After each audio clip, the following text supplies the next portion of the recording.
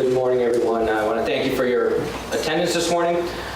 We are going to call the Wood County Board meeting to order. I'm going to do it from this podium because this morning I have been called upon to do the invocation. It's been probably 14, 16 years since I've done this, so I probably didn't do a real good job last time, but it's been since. But we're going to start with that process this morning, and then I will go back up there and we'll continue with the meeting. So I would ask the body to please rise.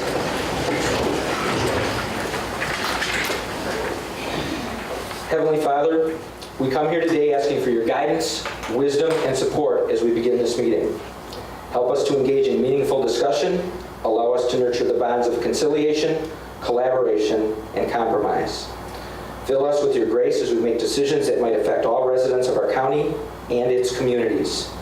Continue to remind us that all we do here today, all that we accomplish, is for the pursuit of the truth and for the service of humanity. We ask these things in your name. Amen. I would also ask at this time that we just bow our heads in a moment of silence before the Pledge of Honor today in honor of those who wear the badge.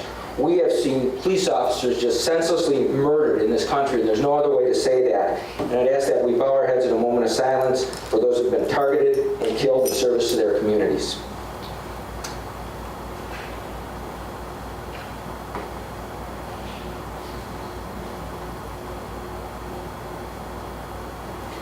Thank you. I'd ask that you please join me in the Pledge of Allegiance. I pledge allegiance to the flag of the United States of America and to the republic for which it stands, one nation, under God, indivisible, with liberty and justice for all. Thank you.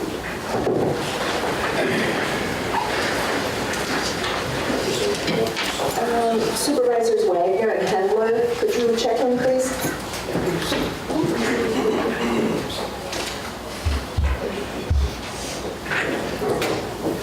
Yeah, appreciate that. Appreciate Supervisor Overflow asking me to do that after a long absence from that podium. Thanks, Joe. The clerk has taken the roll. The invocation has been done, and I would entertain a motion on the minutes of the previous session by Hamilton, a second by Hendler. Any discussion on those minutes? Seeing no discussion, all in favor, please signify by aye. Aye. Opposed, and that carries.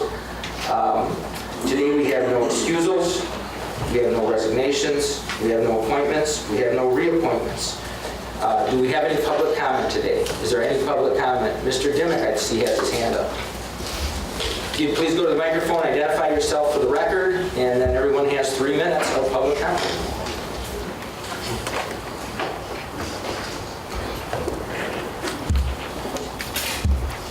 Only takes me a minute here to get things going.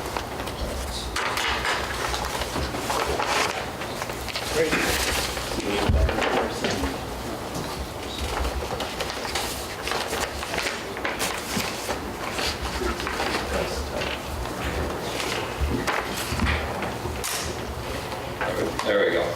Hope that didn't cut into my 3 minutes, Mr. Thank you. And thank you, Mr. Chairman, for allowing me to speak.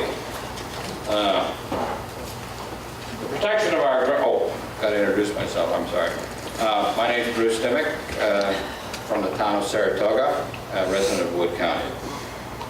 Protection of our ground and surface waters here in the state of Wisconsin has risen to the forefront of important state issues. The disaster in Kewaunee County, where approximately 34% of the private wells are now contaminated beyond safe drinking standards, really highlighted the problem. The lead contamination of the public water supply in Flint, Michigan has put local and state governments on notice that they have a responsibility for their citizens' health, safety, and welfare. Wisconsin state government seems to be finally starting to react to citizens' outcry about water contamination, which unfortunately is being largely caused by the proliferation of CAFOs throughout the state. There are 15 dairy CAFOs in Kewaunee County alone. The DNR will ask the State Natural Resources Board at a meeting in Ashland on August 3rd to approve a scope statement, the first step in Wisconsin's rulemaking process to tighten the rules on manure spreading in fragile and vulnerable soils. We applaud this effort. I'm very pleased to see that today the Wood County Board will be voting on an important ordinance revision that will greatly greatly strengthen the protection of the ground and surface waters in our county and will provide some protection for private wells. This ordinance provision was spearheaded by Supervisor Bill Lightnin and fine-tuned by Corporate Counsel Peter Castenholz, with support, input, and encouragement from the Judicial and Legislative Wood County Water Protection Subcommittee. This is a revision and strengthening of Wood County Ordinance 101. I am very encouraged that the Wood County Board is moving forward to protect the waters of the county for all its citizens. I ask you all, please vote for this ordinance revision. Thank you very much. Thank you, Mr. Dillon. Additional public comment? Do you have any additional public comment today? If you would so desire, just kind of going up to the microphone. See Mr. Larson here from Marshfield Chamber.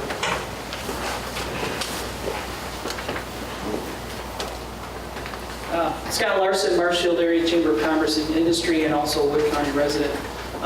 As Mr. Demick had pointed out, we do appreciate the efforts that Wood County is taking in trying to address water quality issues and the work that the Groundwater Committee is working on. As it relates to the resolution that's before you this morning, though, we would ask, though, that the agricultural partners that we work with have had little opportunity to review and provide input on this resolution. We would like an opportunity if this could be delayed just a little bit, so a little more input and participation from the agriculture community could be provided with the resolution. We would certainly appreciate that opportunity. Thank you. Thank you, Mr. Larson. Additional public comment? Any additional public comment? Any additional public comment? Okay, we'll change here in the agenda under acknowledgments and recognitions. It shows that we're going to have a reappointment to the Board of Adjustment of myself and Jim Tremelli in 3-year terms. That is not an acknowledgement or a recognition. It's a reappointment. So I would entertain a motion to that effect by Supervisor Hamilton, a second by Supervisor Fire. Is there any discussion on that? All right, seeing none, all in favor, please signify by aye. Aye. Opposed? All right, thank you. And then we have some long-term employee recognition today. Now we call on Supervisor Fire to please come forward.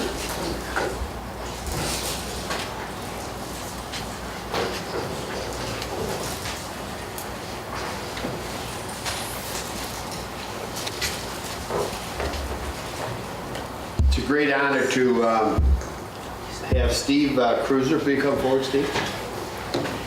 Steve joined the Wood County ranks in 1981, and I was thinking back, 1981, that's quite a few years back. Cost of gas was $1.25. A couple highlights for that year of 81, Iran released the 52 hostages that were there for 444 days. Ronald Reagan was our president. IBM's first PC was using Microsoft. The term internet first was used. Just think about the first time we ever used the term internet. Lady Di married Charles. That was not always a plus. Didn't work out. Didn't work out. I see that Steve's job worked out much better than her job in life. He has 35 years in county government, started employment as dispatch in 1981, moved to emergency management and was promoted to director in 1992, has been director for 24 years. Steve has seen a lot. He's went from, I don't know how many towers you've been involved putting up. I know quite a few since I've been on emergency management. And it gives me great pleasure to give you a plaque from Wood County for your 35 years of service. I said this morning, are you going to be at the meeting? And Steve says, well, what for? And I says, if you don't, I'll have the sheriff make sure he gets you there. So congratulations, Steve.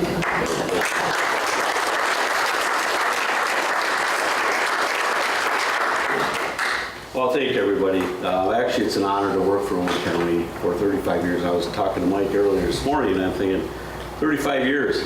Time sure flies when you're having fun. I got to be honest with you, it's been a pleasure working for Wood County for 35 years. And again, I'm not saying when, but I don't think I'll make 40. But thank you.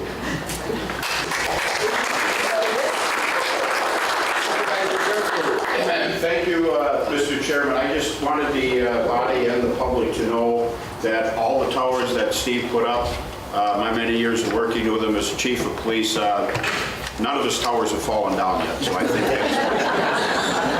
that's... Steve, we do appreciate your service and the job of director of our emergency government office becomes more difficult every day and the tasks keep escalating, so appreciate what you have done. We have two special orders of business today. The first one will be the Park Forestry's annual report, and I'll run that right after the meeting. The second one will be the River Bluff update. We'll do that at the end of the meeting. Okay, getting into the packet with page 6, the referrals for July, and those went to the appropriate people. Do you think you got left out, Bill? I'm sorry, Supervisor Glendenning? What about the other person that's there for recognition? I was told she could not be here today. I'm sorry if you... I thought you were mad at her. No. Cindy got a red pen out and said, not here today, and everything Cindy tells me I listen to. So referrals went to the proper people. Executive committee meeting, Tuesday, June 7th, beginning on page 7, going through page 10, 7, 8, 9, and 10. Same committee, July 5th, their minutes, pages 11, 12, 13, and 14. Any questions on the minutes there? The subcommittee minutes for the River Block Annex from June 15th on page 15.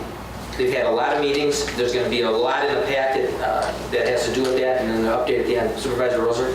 Thank you, Mr. Chairman. I just wanted to make a statement that because we are meeting so much as that subcommittee, if people want those minutes before they show up in a packet somewhere, just let me know and I'll email those minutes. I'm trying to send them out to at least the people who need to be, everybody needs to be in the loop, so nobody, But if you want those minutes before they show up in a packet, just shoot me an email and I'll just attach those minutes to an email. And as soon as I receive those minutes, I do post those on the county website. Okay. I'll also refer to this just as the executive subcommittee because Chairman Minor had to take 2 breaths this morning just in the title of that, get to it at the meeting. So they're meeting on June 15th. Supervisor Zerfli, do you have a question? Thank you, Mr. Chairman. Yes, on page 13, first full paragraph starts with introductions were made by David Voss and so on. And then the last line, the subcommittee will need to keep priority versus non-priority items in mind in order to stay within the $3 million budget.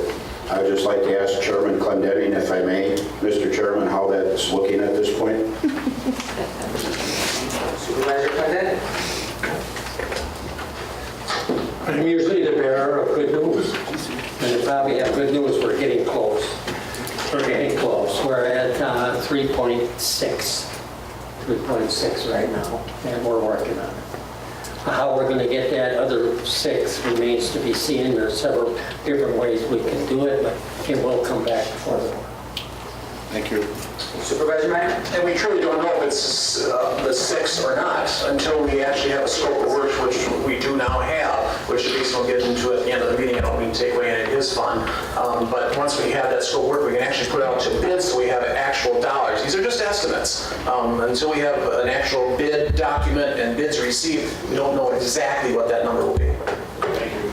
And we will open that up for discussion at the end of the meeting so you can ask Jason any question. Same committee, their minutes from July 6th on page 17 and 18. So, Matt. Supervisor Roser. So I can't believe nobody picked this up, but on those July 6th minutes, you might think we're doing a whole lot more reconstruction in the courthouse because we met in room 1103. And so we don't have an 1103, so that's supposed to be 103. And I'll make, just if Cindy, if you would just make that editorial thing, thank you. Thank you. The Human Resources monthly letter of comments beginning on 19 to page 20. The Finance Department's monthly letter on 21 and 22. Comments from maintenance on 23. safety and risk management on 24. IT's been deeply involved in this project, both at the courthouse and the river block remodel, and they have a volume of information starting on page 25 and going through page 28. Their various reports from June, July, some of that probably worked its way into there. Any questions there? Treasurer's report, page 29. And then that brings us to the first resolution in the packet on page 30. This will be Resolution 16-7-1 to accept offer of sale of tax deeded property. Fiscal note, offered amount of $5,000 minus real estate taxes, publication fees, abstracting fees, and maintenance fees for a loss of $10,042.64. A motion by Clendenning, a second by Rye. Any discussion on this resolution? Any discussion? Please vote.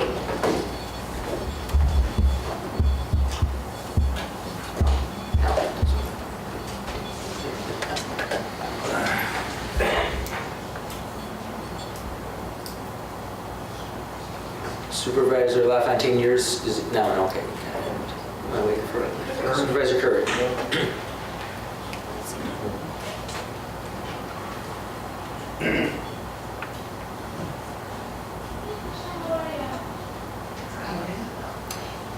Are you just hitting confirm, or are you going back and hitting your yes or no first? I went back and instead of patient. Do it again. What do you want me to do? Hit confirm? No, hit yes. Or no. Yes or no. Hit your yes or no. Go ahead, Mr. Chair. That's probably not in order. There we go. In the paper and Thank you. Appreciate that vote. All right, now that we figured out how to use those things. Page 31. This will be Resolution 16-7-2 to formally adopt the mobile device, bring your own device terms of use policy. Fiscal note, for smartphones with no data plan, the cost savings per month will be minimal. The savings would be the cost of the phone and accessories. With phones with the data plan, there is a savings of up to $15 per month, plus the cost of the phone and accessories. Current pricing for phones purchased by the county range from $71.81 to $412.75 per device, depending on the department's needs and use. Okay, you've heard the reading of the resolution. I have a motion by Supervisor Hamilton and a second by Supervisor Hankel. Any discussion on this resolution? Any discussion? All right, please vote.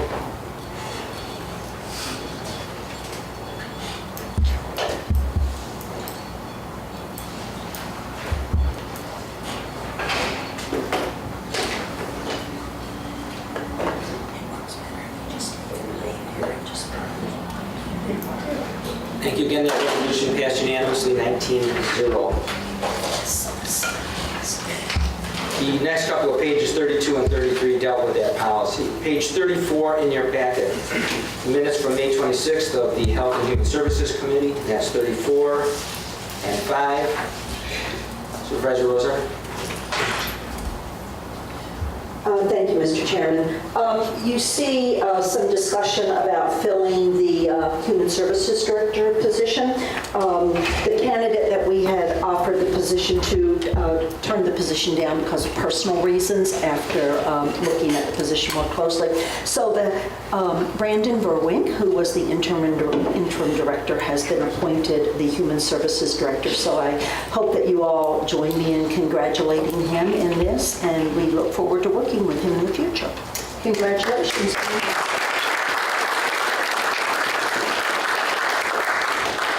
I'd have you stand up, but I assume everybody in this room knows who you are, right? Does anybody here not know who Brandon is? Stand up. We're good. You can stand up for a moment. There he is. That was Brent. It's difficult to tell apart if they're not together. All right, page 36 in your packet, the minutes from June 30th for Health and Human Services, as well as 37, Supervisor Winch. Thank you. Oh, you're on. Okay, good. Thank you. Item 4, Which page is it? 36. I'm just wondering if we're becoming ambulance chasers. Why are we concerned about transportation of manure from Juneau to Portage County? Is that our responsibility? I'm going to let somebody from the committee answer that question. Supervisor Roser? That was just a public comment at our meeting. We did not add it to our agenda. It received no discussion. It was presented as a public comment to our Health and Human Services Committee. So there are people that are concerned because they came and talked about it in public comment. Well, my point is, he doesn't have any jurisdiction, is my thought. Why are we wasting time being concerned with that? Thank you. Supervisor Walker, Supervisor Clendening, and then Lightning. Thank you, Mr. Chairman. We don't have any jurisdiction over buggies and horses going down the road and manure on the road, but still we're working on trying to get that resolved so it don't happen and whatever people think of that. So I think it should be an issue of the county with manure trucks, especially when you've got 10, 15 manure trucks going through your county. I think it should be discussed. Keep in mind this was under public comment. Supervisor Lightning, you had your hand up. Yes, thank you, Mr. Chairman. I brought this before the committee, made that brief statement to them. The concern being that the manure was transported through Southwood County, and it was like 500 semi-loads, leaving 2 million gallons of liquid manure on the Wood-Portage County line. The flow of groundwater at that point is southwest into Wood County, and that was my concern. All right, page 36. Supervisor Lynch. Thank you. If you're concerned about pollutants, then you ought to be chasing fuel trucks too, because they're a whole lot more potent than manure. And there's lots of them.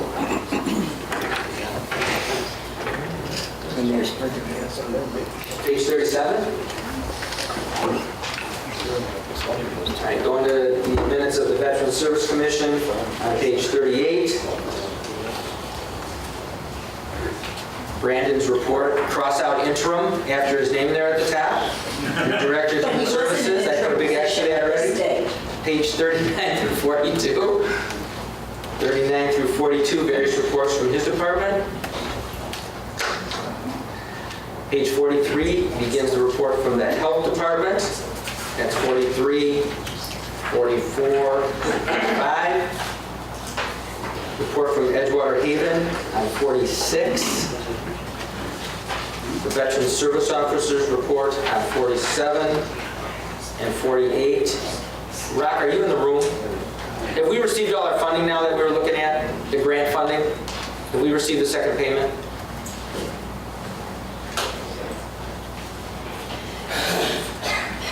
Yes, so we received the second payment. However, it wasn't the full $11,500 because under the rules, we just couldn't come up with enough that we could honestly request. Just want to make sure we got over 2,000, I think 2,600 that we didn't get. I just want to make sure they were on track and that taken care of. Thank you. Yes, the new grant package is out. I have to reread it and see how it lines up. All right, thank you. Page 49 in your packet, the Humane Officers Report for April 25th, May 22nd. The Coroner's Report. One thing I wanted to note here, we look at these, we go over them pretty quick, and I had the opportunity to talk to the coroner the other day. You're seeing a number of autopsies here, and a number of these are now drug-related, especially in regard to some of these heroin overdoses and use. So she wanted me to make you aware of the fact that we may see some additional autopsies going forward this year because those have to occur in those deaths. So you're going to see an increase there. Page 51 in your packet, Humane Officers Report from May to June. Again, that's 51 and 52. The Coroner's Report dated July 2nd on page 53. Various jail population numbers, pages 54 to 59. Minutes from the Conservation, Education, and Economic Development Committee of Wednesday, July 6th, beginning on page 60 and going through 64. 60 through 64.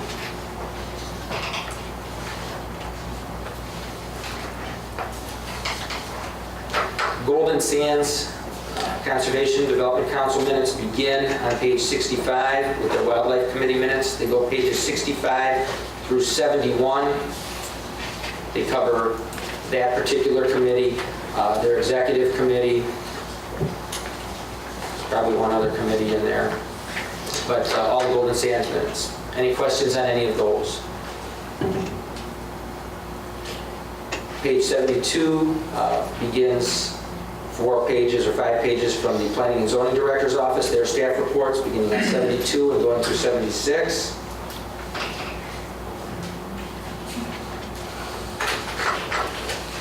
Okay. Supervisor Hankel. Thank you, Mr. Chairman.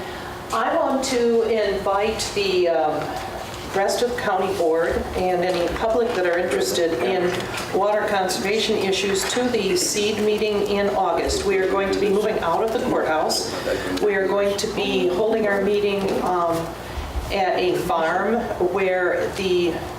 which is the site of some farmer-led initiatives in conservation. There's going to be a tour. There's actually going to be a meal afterwards. So if you would like to attend, contact Shane at Land and Water Conservation for more details and let us know so we can make sure we put enough hamburgers on.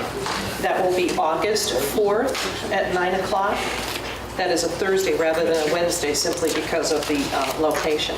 But I encourage you to attend. Thank you. Thank you, Supervisor Henkel. Page 77 in your packet begins the activity report from the Land and Water Conservation Department. Pages 77 through 81. Any questions there?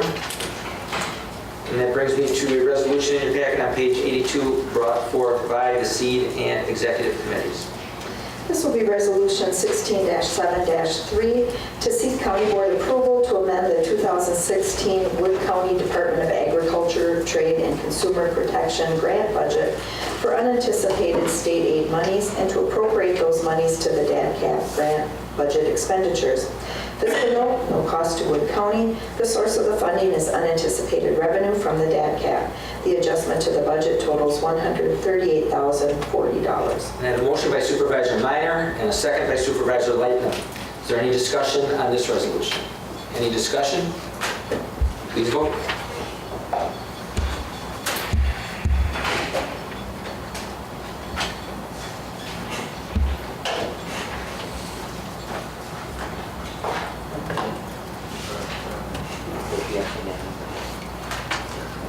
Peter, Bill, there we go.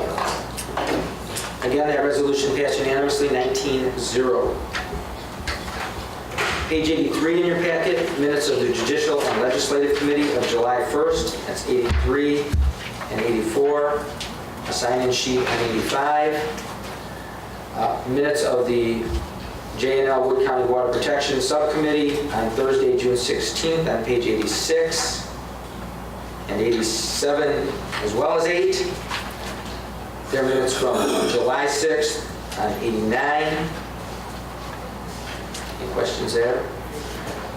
The report from the Child Support Agency on page 90. Peter Kassenholz's monthly update on 91. There's 3 pages of notice of injury and claim. Follow that, 92, 3, and 4. There's a real good brief there from the Corp Counsel's office, 3 pages of which starting on 95, that I hope you all had a chance to read. 95, 6, and 7. Page 98, minutes of the Highway Infrastructure and Recreation Committee from June 21st. And it's 98. Supervisor Mahan. Thank you, Mr. Chairman. I would just like to commend Park and Forestry Director Schooley for his remarks during this meeting regarding the closing of the Red Sands Beach. I think they were pertinent and valid, and I commend him for addressing what I would certainly see as citizens' concerns. Thank you. Thank you, Supervisor Hahn. Right around page 98, 99, 100. Any questions there? Minutes from the same committee of Wednesday, July 6th on 101, 102, and 3. We have various reports from the parks, beginning with the Parks Construction Supervisor's report on page 104. They go through 112, basically their parks and highway reports. Are there any questions on any of those? The monthly letter of comments and updates.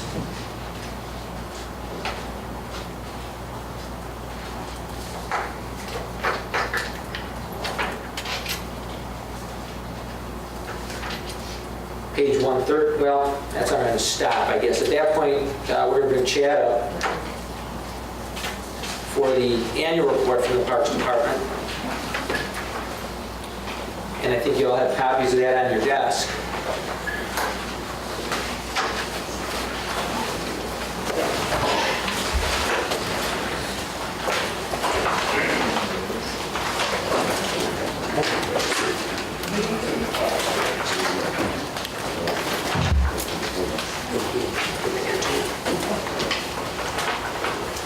All right, well, thank you for the opportunity.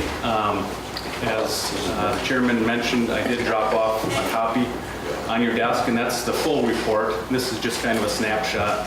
And I'd like to go through some of the projects as well as events that we've hosted in 2015. Chad, can you turn that mic upward? I had it way down. There we go. How's that? That work? Okay. All right. All right, obviously with any department, it starts with the personnel. I'm very fortunate to have a very dedicated staff. As you can see, we did have a few retirements as well as relocation. Heather Garrett, she was with us for quite a few years. She's now the treasurer. Cliff Randall also retired last year, and he was a longtime employee for the department. So without these individuals, we could not operate the way we do. As well as the full-time employees, we also have several clubs, volunteers that we work with throughout the year.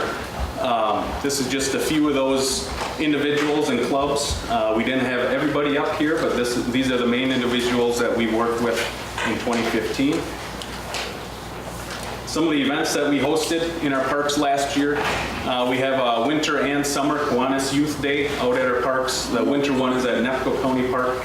The summer one at our Southwood County Park locations.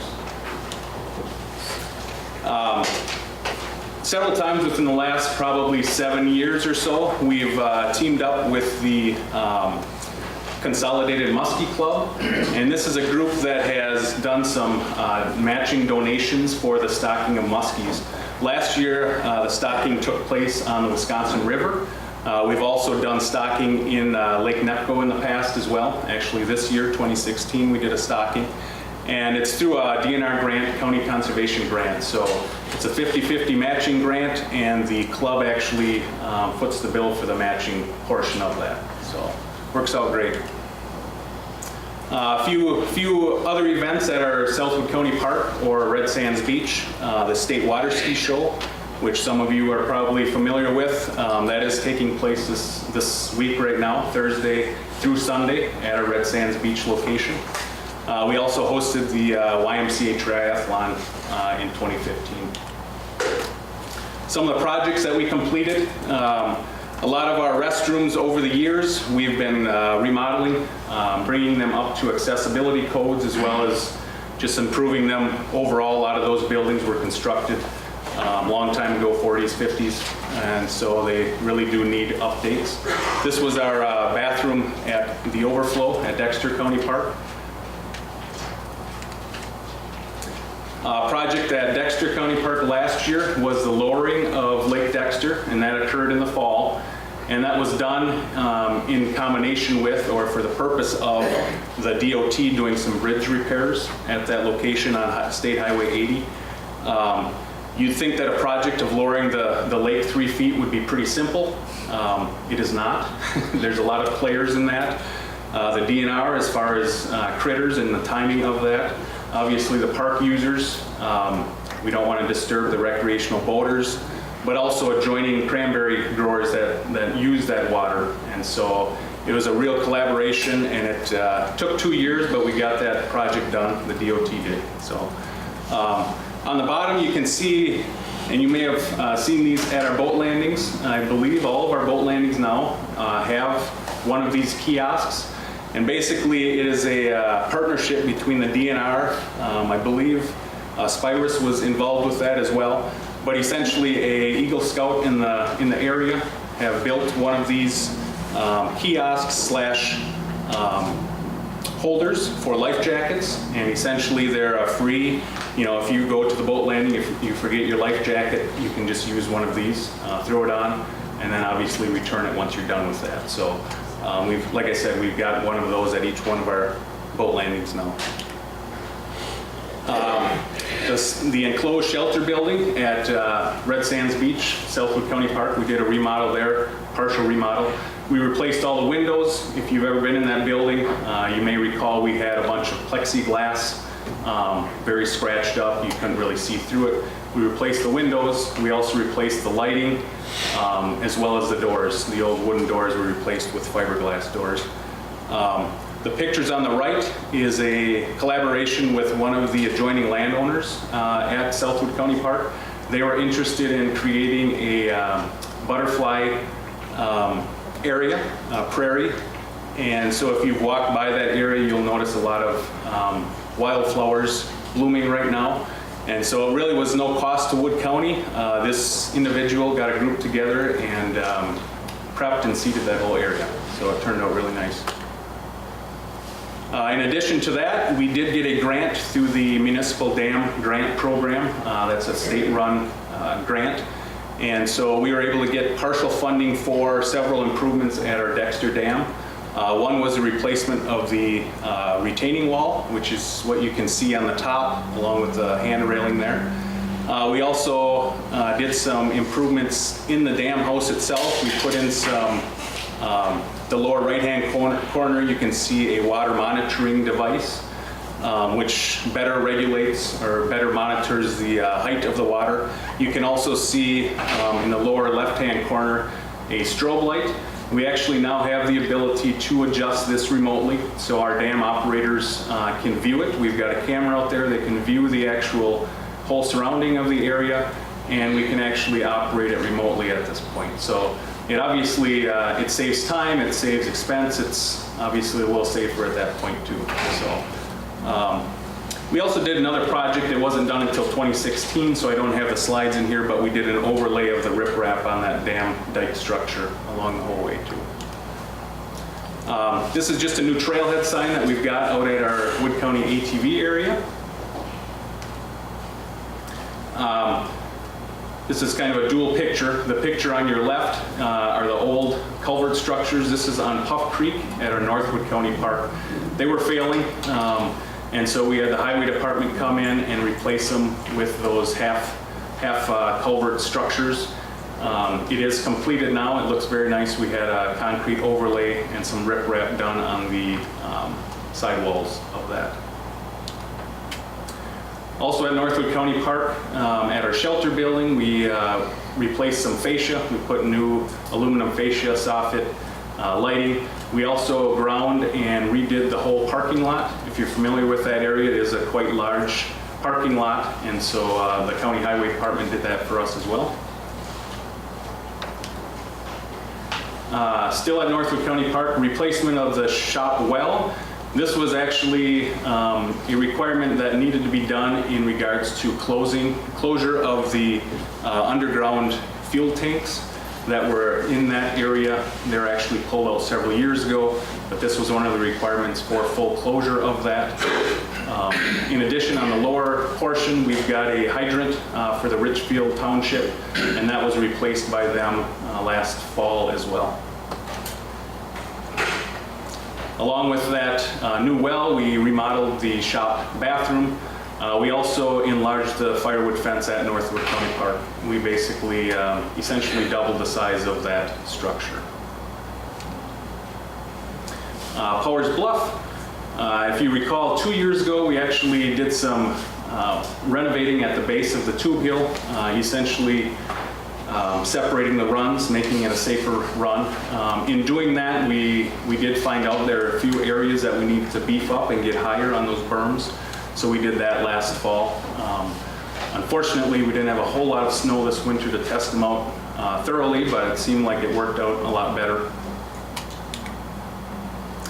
We also worked with the Highway Department. We actually served as a location for them. They redid County Highway N last year, and we actually had this site available for them that they ground all the material, they hauled it all back to this location, pulverized it even more, and then reused that. So it saved a lot of hauling for them for that project.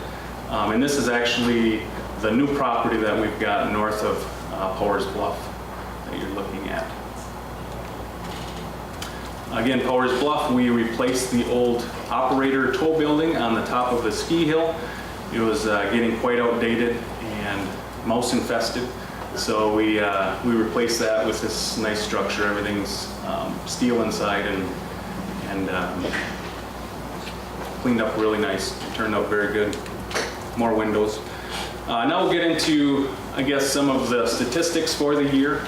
Obviously, our shelter buildings are very important for residents and non-residents alike, as far as small engagements, small festivities, up to very large, probably the largest being the State Water Ski Show coming up here this week. So these are just the pictures of what we've got available to the public for rental. Here's a summary sheet. Lower right-hand corner, you can see we had a total of 419 shelter reservations in 2015. The majority of those would be 140 at NEPCO. Obviously, that is a year-round shelter building, so we have that available throughout the year versus just seasonal for the other ones.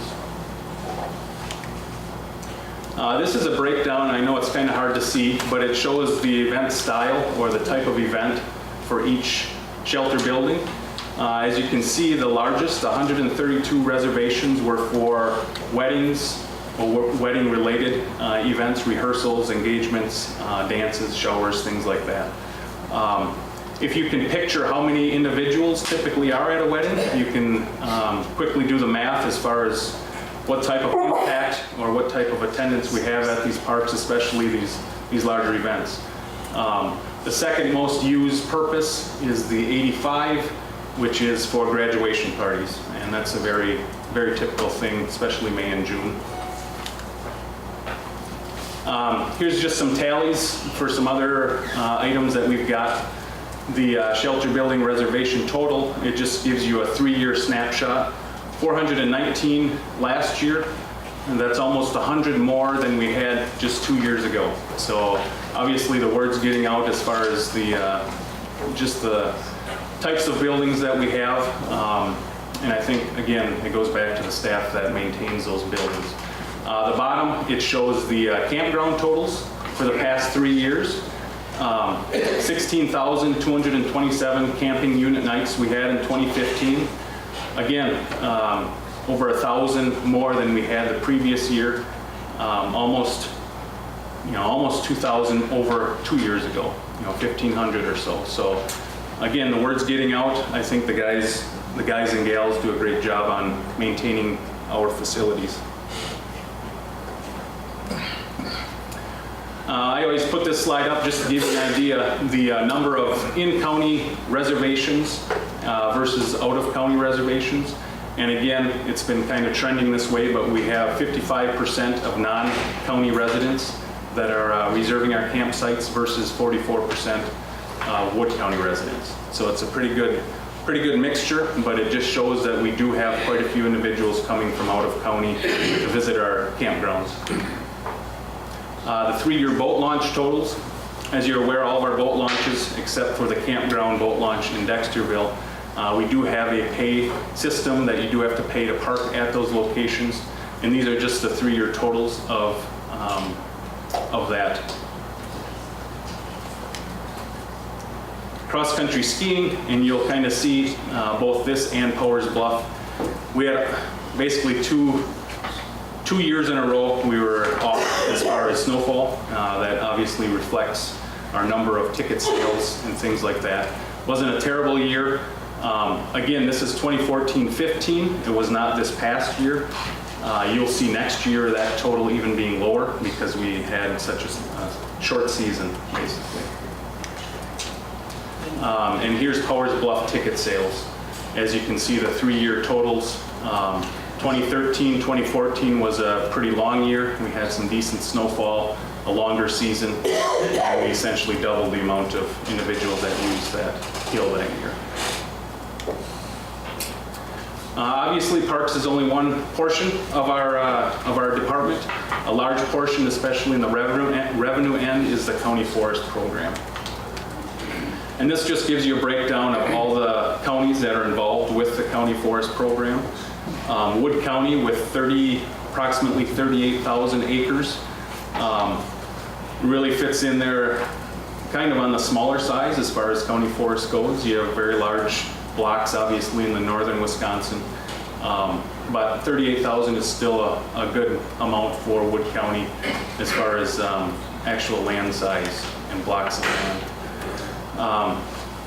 This slide is kind of hard to see. I apologize for that, but basically it shows the actual timber sales that were completed in 2015. So these are sales that loggers bid on, and the value for 2015 was $477,000. That's the actual value of the bids from 2015.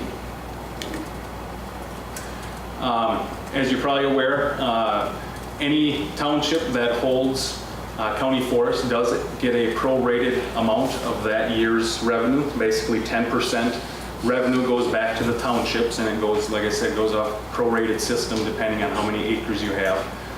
In 2015, it was a record year for revenue. $71,000 went back to the townships in this particular year. Town of Hiles being the largest. $17,545. It's spent, by the way. This is just a snapshot since 1999, and that was right around when our county forester started. I believe he started around 2001, 2000. But it shows a snapshot of the value of timber sales, the revenue that we received in Wood County. $639,000, almost $640,000 last year of timber revenue. Again, that was a record for our department. And it really is a reflection of the hard work that Fritz does. He's our county forest administrator. He's kind of a one-man show in that department. He does have some help this summer. We do have a forest tech that's working with him, but he does a great job at administering that program. Just a pie chart as far as revenues coming in. The large green portion obviously is the big one, the timber revenue. The pinkish color, that is the camping related revenue coming in, and then the other miscellaneous shelter buildings, boat landings, things like that. Same thing, same information, just showing 2014 versus 2015 in all of those categories. Camping and timber sales, again, those were really good years for us for those individual events. Again, I always kind of end my presentation with the actual cost to the taxpayer. The Wood County Park and Forestry Department does not operate as a non-tax levy department. We do rely on tax levy, and there's obviously different thoughts and mindsets about that. I believe because we don't have a system similar to the state parks where we collect fees for everyone that comes to our parks. We don't have that ability at this point. We are not charging a sticker fee for your vehicles. So that means that there are a lot of available locations and spaces and recreational opportunities for any individual to come and enjoy at our parks. We obviously do have the fee areas, and those offset our tax levy somewhat, but all in all, I think it's very important to provide this. You look at the wellness, you look at the financial gain of Wood County as a whole, you look at all the different events that we hold in our park and forestry locations. It's a very large value to Wood County, and you look at the total here, $585,000 of the tax levy in 2015. Again, I think that's a very good value for Wood County residents. The budgeted tax levy, by the way, was $834,000. So we did, through revenue and reducing some expenses, we did come in quite a bit lower than what was approved by this county board. This chart, in the past, I showed the large chart and it was a very small print. This is basically a chart that comes from the Department of Tourism. Every year they do a financial statement as far as by county as well as the state on what impact tourism brings to their county. I have up there Wisconsin and Wood County in all of those different categories. The big ones that kind of stick out to me, visitor spending. In 2015, they estimated $88 million from visitors coming for tourism-related purposes to Wood County. That's up 1.4% of the previous year. Total labor income for tourism-related jobs in Wood County, $59.9 million.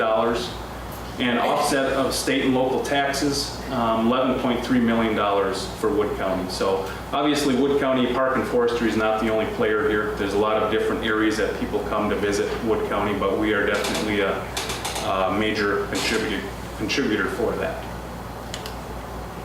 And I'll just leave you with a few scenery pictures here. So appreciate your time. Thanks.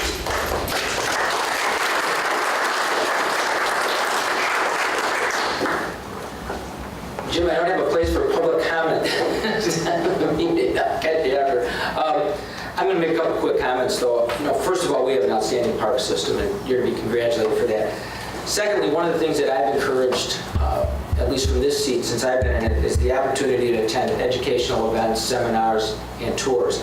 And I can tell you, when I used to chair that committee, we had timber revenues of just under $100,000. And because that committee spent about $1,000 a year attending those Wisconsin County Forest events, association events, we developed some better practices. We engaged our forester at a higher level, and obviously we have an ambitious forester, but we've taken revenues, as you saw, from $100,000 to close to $500,000 a year, and the expenditure to do that was about $1,000 a year. So when we say take advantage of those educational opportunities, usually the dollars come back to us 10 times over. The other thing I wanted to mention, and Chad touched on, is we have the Wisconsin State Water Ski Show tournament out here this weekend at Red Sands Beach. They're expecting about 20,000 visitors into town. I talked to the chamber the other day. They said the impact to the community for this weekend alone is about $1.56 million. I have attended that event for probably 37 or 8 straight years. I'm going to miss it this year because I'm at the National Association of Counties meetings out west. But I encourage some of our county board supervisors to get out there. I know there's a few in the room who have attended that event to see the use of that facility. Because of what they've done there, we have also been selected to host the World Tournament. So we're going to see another $1.56 million infusion into the economy. But I think the important part is get out there and look at it. And I know there's a couple of people who have been there to see the use in the parks. Bill Clendenning is out there every year with his Choose to Reuse program. I call him the recycling's out. But Bill is out there every year working that event. But take the opportunity, not just at that event, but to get out into those parks, to see what we do, to get on those forest tours when the committee goes out and does those, because Chad and his department do an excellent job, and we really are one of the best parks systems in the state of Wisconsin. I'm going to Supervisor Ashbeck and then Clendenning. What's happening on the north side of Howard Bluff? Is there anything going to be done there? Yeah, and that's actually, that could be a whole nother session. I did not include that, but we have had renderings done. As you're aware, Bob, you're involved in that whole long-range master plan that was done and completed in 2005. We do have renderings for a shelter building, a multi-use shelter building, cost estimates. The committee, the oversight committee, has actually reviewed those and have given me the go-ahead to solicit funds for that project. And we're looking at a public-private project. At this point, I'm just going out and doing the seeing who's interested tour right now. But this committee, this board will definitely be kept up to date as far as how that project proceeds. But essentially, it's a 223 acres. We're looking at access road from Highway N, a multi-use shelter building at the base of the hill, construction of lighting as well as snowmaking equipment, so we can have a larger, longer season with some evening sessions as well. So it's a large project, but that's kind of where we're at. We're still in the planning stages for it. But the whole foundation of that land, you paid a lot for that study. Are you going to, can we go back to them for some more help, or? Yes, I'm in discussion with them right now. They're aware of the study. They're aware of the project, correct? Supervisor Clendetti. Thank you, Mr. Chairman. One thing, it's not going to be exciting to anybody else, but I'm with the Clean Green Action Committee, and we really got good news this year about both of the ski shows happening. We're going to be able to we're going to be able to recycle all the plastic beer containers, the plastic cups and the pitchers, which is remarkable. Express Recycling here in town is willing to take those and bail them up. It's not a lot of money, but they're not going in the landfill and not filling up a lot of plastic bags. And one question I have about, I know you're moving over to the River Block building. Is there ever any consideration of the Parks Director itself moving to one of these sites as an office? I don't want to get rid of you here. I'm just saying, maybe for an office. Well, after attending a few of the previous meetings, I'd love to get out in the parks, yeah. There hasn't been any long-range plans for that. I think it's something that we've always thought about and discussed. It would make sense, I believe, to have a location in one of the parks for individuals who want to come to our office. They could come right to one of the parks itself. So there hasn't been any long-range plan for that, but it's always kind of been in the back of our heads, I guess. Supervisor Meyer? I'm just going to follow up on Supervisor Ashbeck's comment about fundraising. Bob, if you brought your checkbook, Chad is more than willing to take a check from you if you're willing to donate. And actually, don't drop a coin by the pop machine, because I'm sure Chad will be picking it up now too. He's got a check coming in the end of the month for you. Supervisor Pollak? Thank you, Mr. Chairman. Good report, Chad. One question for the people probably here, especially those that will watch this on TV. Can you explain how, with the MUSKY program that you have, how you pick the bodies of water that you normally put them in? Sure. That's a very good question. As some of you may be aware, but it's a very specific process you have to go through, and Wood County does not go through that process. It's actually the Consolidated Muskie Club. They have to go through the DNR. There's permits for transporting and stocking fish anywhere, even down to the privately owned ponds. There really is a process that's supposed to be taken. And so the local DNR fisheries biologists, they're the ones that determine what species of fish will go into water bodies, how many, and that's all done by, obviously they have inventory, they do netting and things like that, so they kind of have an idea what type of fish is in each water body, or they try to. Obviously there's a lot of water bodies, so it really isn't up to Wood County as far as what fish go where. It's up to the state. So that's the process, Dennis. Thanks. Yeah, just a note, when Mr. Clendetti mentioned it, just to chat on the parks, one of the things that I've been working on with the Counties Association is a summer strategic planning session, or lack of a better term, maybe a one-day retreat where we meet at, for instance, the Netco Lake Shelter, which is air conditioned, just in case. And bringing some of those people to have an informal discussion without an agenda as to where we should be going, the direction we should be headed, and those projects that we deem important going forward. A discussion session, and it could be facilitated by Mark O'Connell. He's offered to do that. So something on the radar, if we could pick a date where we can get a number of the Supervisors certainly and department heads, if they wanted to, just come out and have a general discussion. All right, we through with the report? Yep. Everybody Thank good? Supervisor Winch. Chad, maybe you should just tell them a little bit about what's going on at Dexter with those buildings. Oh, yes, the maintenance buildings. Yeah. Sure. So one of my projects last year in 2015 was to do a closer look as far as the space needs of the Park and Forestry Department. If you're familiar with, and I didn't bring any pictures of, but the shop that we've got out at Dexterville it's a very old, very small building that we've kind of grown out of over the years. The equipment storage building is basically just an open air lean-to type of structure. So we actually, the committee approved going forward with, and a lot of those dollars came from excess timber revenue last year. Currently, we're constructing a equipment storage building. It would just be a cold storage building. In addition to that, we will be constructing this fall another, basically a new forestry / maintenance building for Dexter Park. The old park building, we would then, it's not part of the county forest program, so we would be able to sell that. So we would be selling that at some point of time. In addition to that, we used to have and we used to own what we call the forestry shop, which was a whole building adjacent to the county highway shop.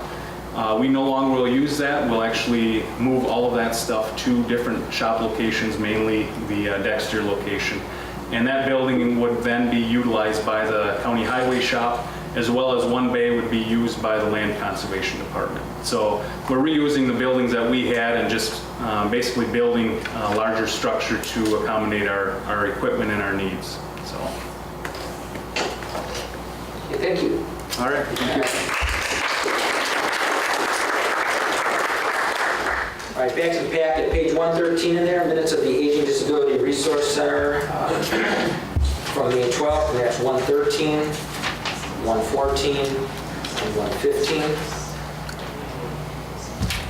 The minutes from their Finance Committee, also from May 12th, and 116. Any questions of the ADRC? And kind of a continuation, I think I said this before, but the chairman of that committee is Supervisor Mahan, who followed, not directly, but Supervisor Henkel is the chair of that, so we've had great representation from Wood County as chairs of that committee as we move forward. Supervisor Fire served there a long time too, but congratulations, Doug, on that election. Fairgrounds Commission minutes from May 5th and 117 and 118. Library Board minutes from April 14th and 119. Supervisor Ashbeck.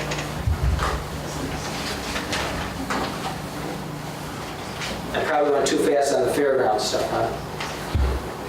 Yeah, you talked to our commission, but we had a meeting last night of the association, and we will be building a new horse barn that was approved last night, so that'll be all coming from the Jerry Wenzel estate. You left a great amount of money that time to the fair for capital improvement, so you'll be able to finance the horse barn and have money left over. So, and then this year we're going to celebrate the 100th anniversary of the round barn. That's going to be special where the fair is going to be based on. And if none of you have ever been in there, you go in the inner circle that's open, you can see the structure work of that building back in 1916, how they built this building with all these mechanical devices they got now. So otherwise, everything else sounds pretty good for go ahead at the fair. So there's a major horse show coming in there, I think the 21st or something, that they haven't been here for a year or two now, and they're going to bring about $11,000 to use the fairground. So. Thank you, Supervisor Ashbeck. Okay, we're to page 120 right now. I got minutes of the South Central Library System Board of Trustees on 120, 121, the Director's Report on 122. Brings me to page 123 in the packet, and a resolution and accompanying ordinance that is brought forth by Supervisors Lightnum, Zerflu, and Clendenning. This will be ordinance 16-7-4 to create an ordinance that prohibits the significant degradation of surface and groundwater in Wood County and provides some protections to private water supply systems. Fiscal note, unknown and likely nominal direct cost associated with enforcement would be mitigated by penalties. On a broader and long-term basis, the ordinance would provide for the protection of water, which is an invaluable resource to the county and its residents. You've heard the reading of the resolution. I have a motion, I assume, by Clendenning, a second by Lightman. That was a motion, right, Bill? Yes. Okay. All right, so we have a motion by Clendenning, a second by Supervisor Lightman. And we'll open the floor up for discussion. Discussion on the resolution.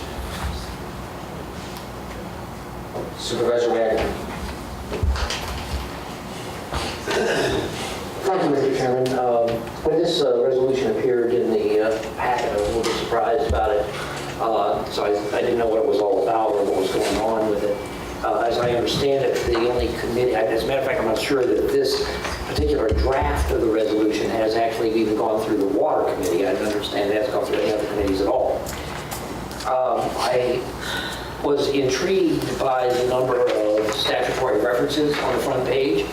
And you'll see on the front page that they grant the authority granted is under a number of Wisconsin statutes, the Series 59 relating to counties and home rule, as well as 251 and 254, and then 823. Well, 823 is also the right to farm bill. 82308 specifically is the section that does that. But what really, the authority for it, and I wondered where they got that, but it came from Chapter 9211. So I had to look up 9211 to find out what that was all about. And of course, the very first sentence of 9211 says, the regulation of soil and water resource management practices, proposed ordinances to promote soil and water conservation or non-point source water pollution abatement. A county, city, or village may enact ordinances for the regulation of land use, land management, and community management practices. The interesting thing is it can also apply to just one part of the county, or it can apply to the whole county as a whole. This ordinance, the way it's written, I think apparently applies to the entire county. But that's not what fascinated me about it, because as you read on, this ordinance cannot be adopted under 9211 unless it has to be presented to the board by the Land Conservation Committee. That's very clearly stated in 9211 sub 3. It also says, oh, by the way, that's our SEED committee. That's a Conservation, Education, and Economic Development Committee. That before it can be presented to the council or to the board, it also has to have a report to the board from the SEED committee that states the need for the ordinance, the expected economic impact, and the expected environmental impact. Within 2 weeks after that, Cindy's got to print a notice, Class 2 notice under Chapter 985 of the statutes, to notify for a public hearing. This ordinance cannot be passed without at least one public hearing. And the report that is prepared by the SEED committee also has to be made available for public inspection before that public hearing. The county board, the board can adopt it after the public hearing. But after they adopt it, something very interesting happens. Then the other section of 9211, sub 4, kicks in, and it says it will require, a referendum is required. A referendum is required. The adopted ordinance must contain the exact wording of the question to be placed before the electors, and that's in section 9211 sub 4 sub C. In other words, there has to be, the question to be put before the electors has to be part of the body of the ordinance that would be displayed then and carried and brought to the board. Once that's done, then the county board also under 9211.5 should also, they also have to have an ordinance prescribing the administrative procedures to be undertaken by the land conservationists and they have to provide personnel necessary for the total enforcement of this ordinance. That's all in there.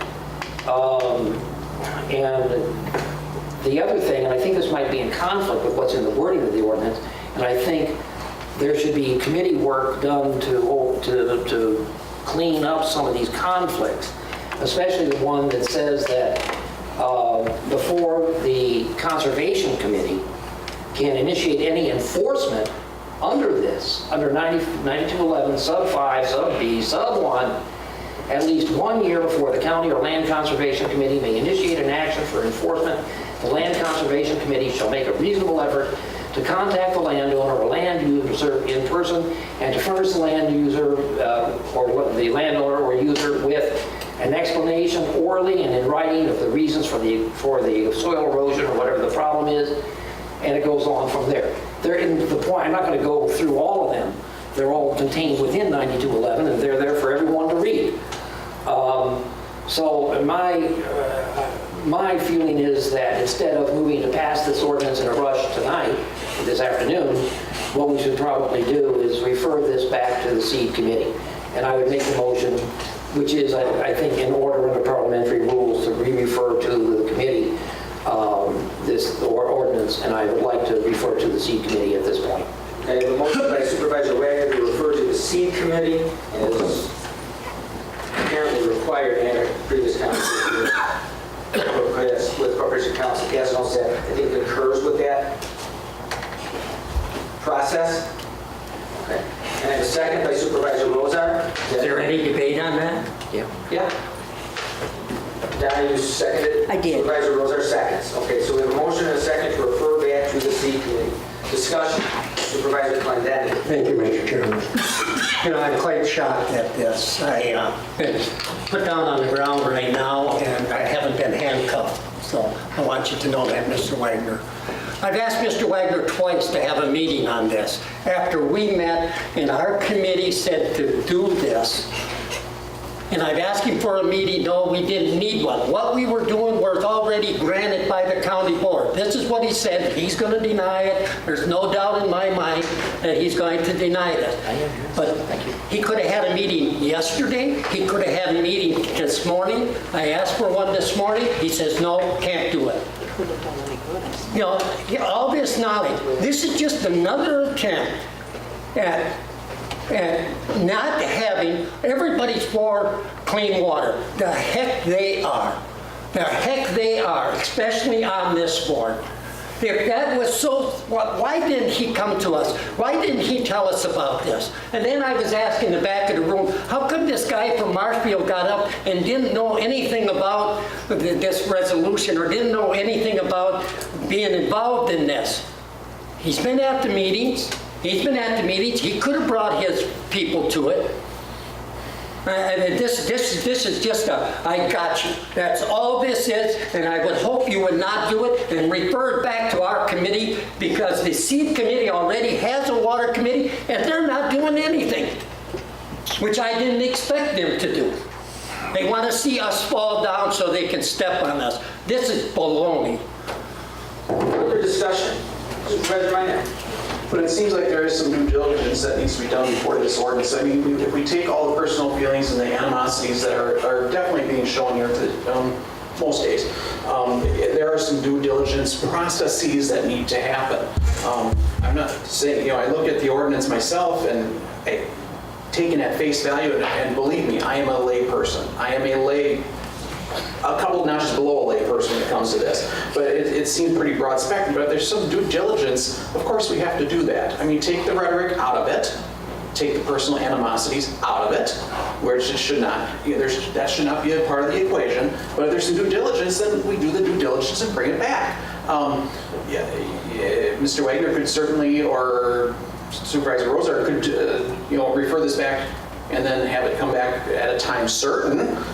That's I think procedurally a possibility, but there is some due diligence that needs to happen. I don't see why we're fighting that due diligence. If the meat of the potatoes is in that 9211 in the state statutes, then you got to follow the statutes. You can't just go willy-nilly. If 9211 really doesn't play any part in it, then it can come back without all the the ramifications that are associated with 9211. But I'm betting that's probably a big part of the teeth of this ordinance is in 9211. You're going to have to follow the state statutes. I don't understand why the fight is. So I support this, and I would even support one to bringing it back to a time certain, within 2 months or a month or whatever it is. Thank you. Okay, so we're discussing the motion to refer this to committee.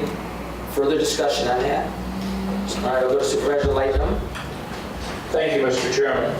Obviously, on the motion before us now, I'm voting no.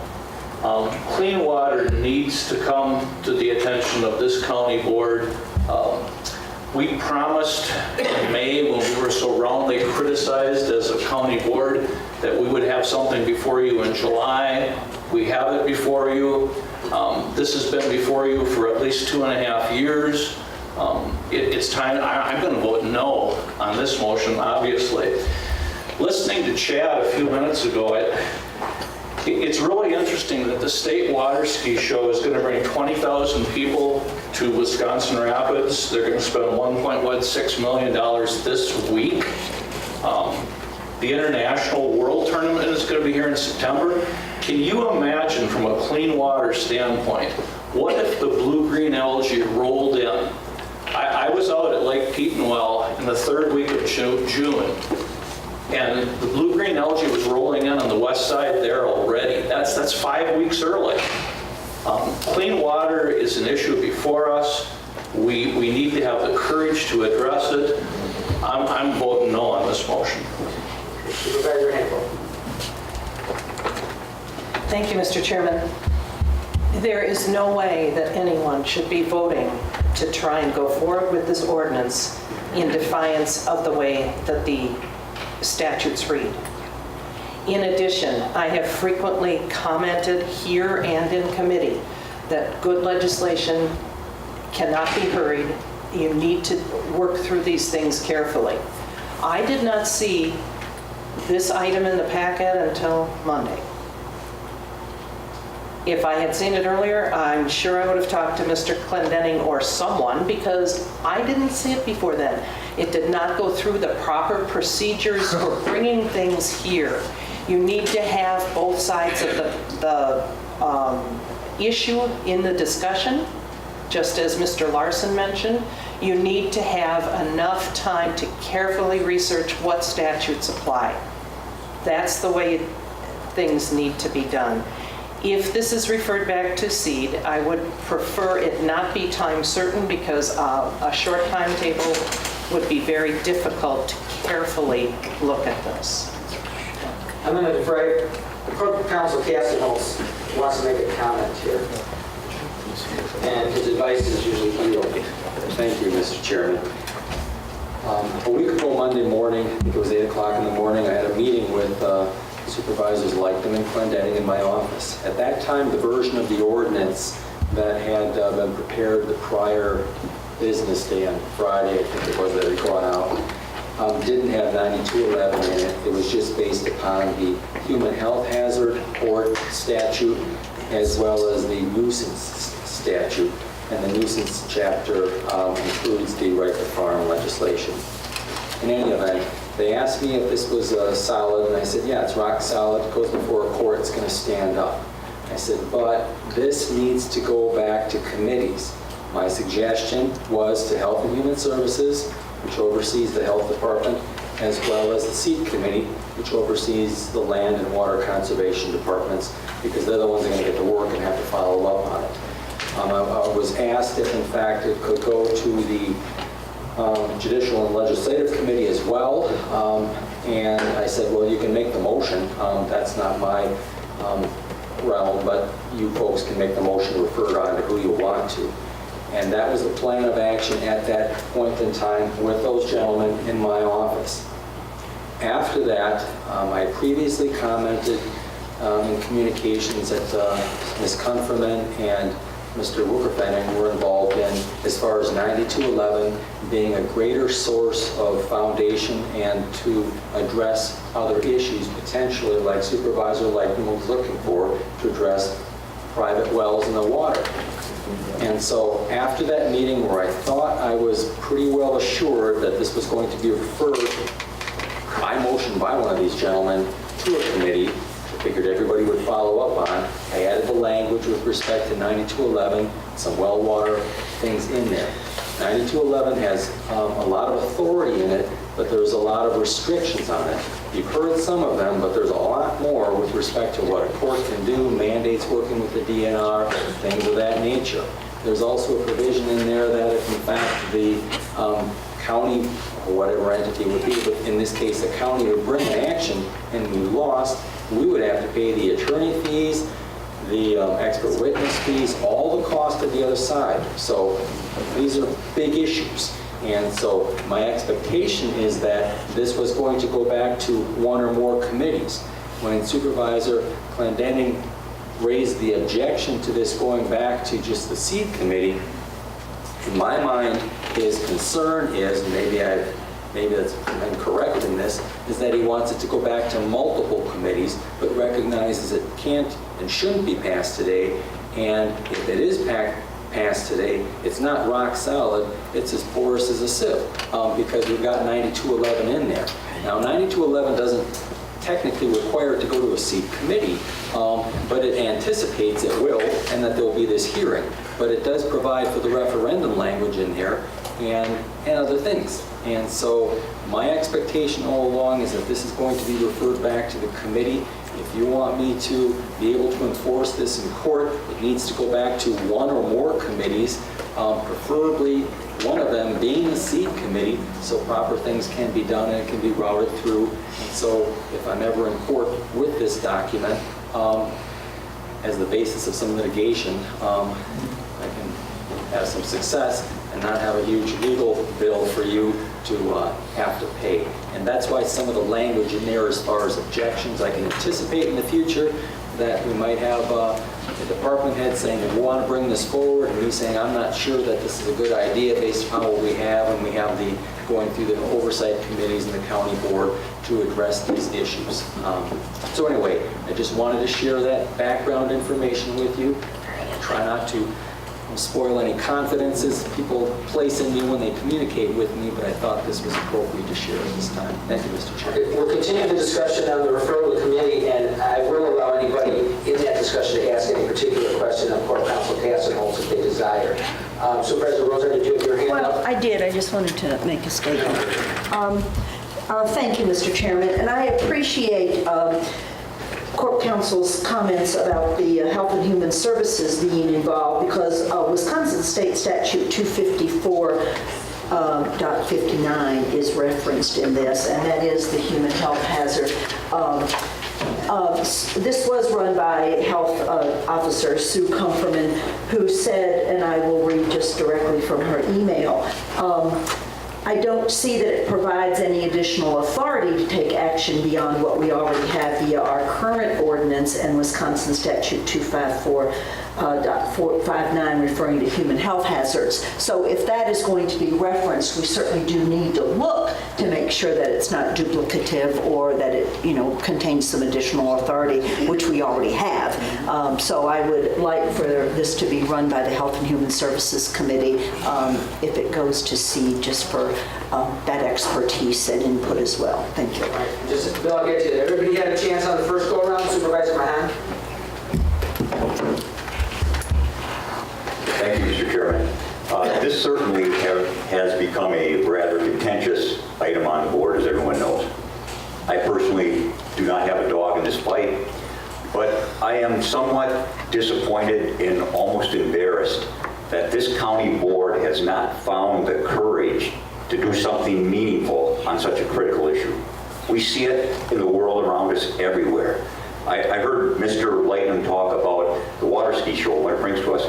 We've all heard the problems in Rio that are going on with the Olympics. It's a big issue. And somewhere, there is middle ground here. There is middle ground somewhere here, and we have to find it and move on, because this is not putting us in a good light. We can be proactive or reactive. We do not want to be reactive on this issue.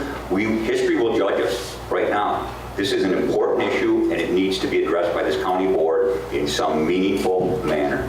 Thank you. All right, I think everything. Brad, Supervisor Hamilton. Bill, I'm going to get you. I'm just going around here, first crack at it. Brad Worth. Mr. Chairman, I have two questions, and I apologize to the camera. I'm going to sit because I can't read standing very well. One, if we yank 9211 out of this, does that take the teeth out of it, or does it hurt it? It doesn't give you Peter, if you would, please answer those questions.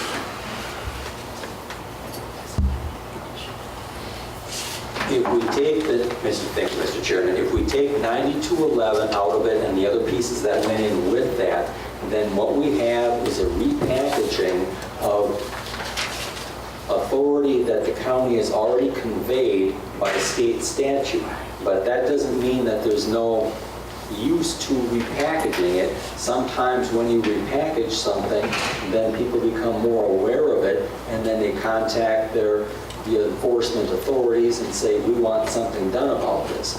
So but it is a repackaging of authority that we already have.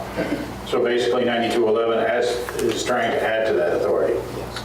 Correct. Okay, thank you. The other thing I have is, I brought up the statute, thank you, my children showing me how to use this thing to get it on the internet. And under 9211, parent 4, parent B, referendum required, ordinance adopted under this section, and no revision to an ordinance adopted under this section may take effect in any affected area of the county unless an ordinance or revision is approved by referendum. And under 5B, at least 1 year before the county or land conservation committee may initiate any action for enforcement, the land conservation committee shall make a reasonable effort to contact a landowner, a land user, and a person to furnish the landowner or land user all of the following, and then comes up with three bullet points. So if we initiate this before we do the referendum, doesn't it make it moot? Or am I not reading it correctly, sir? Peter, your floor is yours. I'm just trying to get, I want water conservation too. I'm getting tired of people telling me that I'm not on board with this. I believe that the majority, if not all of us, are on board. But if we don't do it right, we do it wrong, it's going to cost this county money. We don't need that, especially if we just found out we're losing $800,000 in revenue right off the bat. Thank you, Mr. Chairman. So if there's going to be enforcement of an ordinance with 9211 as a basis for it, it has to first be approved by referendum. I think that was the question you asked, and I think that's the answer. Thank you, Mr. Chairman. I think I'm back to Supervisor Kleinbeck. Thank you, Mr. Chairman. There's a lot to say here, of course, and I'm not going to be able to say it. But one of the things is that we tried to get a resolution to send to the counties association. Our timeliness was off, probably 20 minutes, maybe an hour, I don't know. But we couldn't get the resolution through in time. So we were given the task to go ahead and put something together because we will support other counties' resolutions. So if this what we do here is something that our committee is trying to achieve without the help of other committees, by the way, there can be there, and I've said that before, that when we go there, they'll say, oh, this come before Wood County Board, and up in Bayfield, they passed an ordinance. In Adams County, they passed an ordinance that hasn't got any teeth. But the town, Wood County cannot pass anything, and it's being pushed to the community that had this once before, and they didn't do anything then. That's why I think what we got here, we can handle in our committee. It butters it up. One of the things is, and also that Sue wrote back in that email was, this is a feel-good resolution. That's all it is. It's just a feel-good resolution. I'll tell you what's a feel-good thing is when you go in the bathroom and it says, employees, please wash your hands. And every restaurant has to have this in there. That's a feel-good sign because you don't know if they do it or not. That's what a feel-good. This may be a feel-good, but we're working on clean water in this county. Another thing is, there was a remark made, well, you ought to worry about the gas trucks in here. Well, that might be another committee too, but I guarantee you, once this gas truck starts spreading gas on field that's adjacent to Wood County, I guess I will be on that. Thank you. Further discussion on referring to the seed committee. Further discussion on the motion to refer to the seed committee. Okay, seeing no further discussion, I would ask you please go to the board and vote. A yes vote is to refer.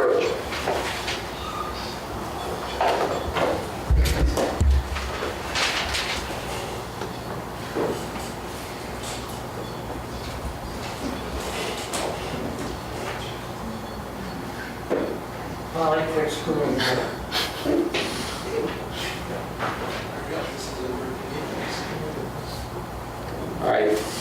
The motion to refer to committee has passed 15-4. 15-4. All right, second resolution in the packet that deals with, from the same supervisors, dealing with asking the Wisconsin Counties Association to commence lobbying efforts moving forward. This will be Resolution 16-7-5 to get the Wisconsin Counties Association to commence intensive lobbying efforts to both address water issues and increase county control over local problems concerning water quality and water supply, and to encourage state legislators to support such initiatives. Fiscal note, no direct cost to the county associated with enacting this resolution. Okay, I have a motion by Zerflu, a second by Leitner. Discussion on this resolution. Supervisor Henkel. Thank you, Mr. Chairman. I understand that people want something new added and more lobbying to go on, but at the current time, since in 2013, we have had in the platform for WCA the items such as support adequate state funding to effectively monitor and enforce the added environmental protection responsibilities, and items to support comprehensive regulatory air and water quality monitoring and consistent enforcement. At the recent steering committee meeting for WCA, we endorsed 3 different resolutions that will be going forward to the meeting and encouraging more enforcement, encouraging more money for the enforcement of environmental issues. This is a fine resolution, but it's kind of redundant. Thank you. Supervisor Wagner. I was at the meeting when the 2 gentlemen from WCA talked to the water committee and told them that they could do this, or they could put this resolution in and try and get it and use the lobbying arm of the WCA to help get it across. The only thing I'm disappointed in this resolution is they asked them to be very specific. Hildy just mentioned one thing. We know that funds have been cut for enforcement. I would like to have seen something in here to say that would do that. Mr. Clendenning is going to be sitting on the committee that will hear these with WCA, and I encourage him to support resolutions in that committee that will have the specific stuff. But one of the things we've always wanted, we wanted the ability to set our own setbacks for manure spreading near wells. We wanted the ability to set setbacks away from residential units for manure spraying. I encourage him to support those kinds of specific clauses when they come before the WCA. Supervisor Minor? And if I understand the timing of WCA stuff, this isn't going until next year's annual conference. Because what's done, the steering committees have already met, or our meeting, have met, or / our meeting. But even the resolution as it is, it's fine. I don't have a problem with it. What happens when it gets kicked up to the next step, which is the steering committees, that's anybody's guess as to what happens then. But I have no problem with this resolution, even as it states right now. Yes, it would have been nice to have more stuff in it, but yeah, let her go and see what happens within the WCA platform itself. But yeah, I don't see this going anywhere until 2017's annual conference. Supervisor Lightman. So what we're talking about here is just formalizing what we did a month ago. Let's go forward with that. Any other comment? I have a question. Trent's already spoken to this. Does anybody have an objection to me just telling me where the WCA is? I was going to ask that question. Any objection to that? I also have no problem with the resolution. It's a reaffirmation of what we already done, or what we have already done, but it's not going to hurt anything. I happen to have had lunch yesterday with both the legislative director of the Wisconsin Housing Association and Keith Langenheim.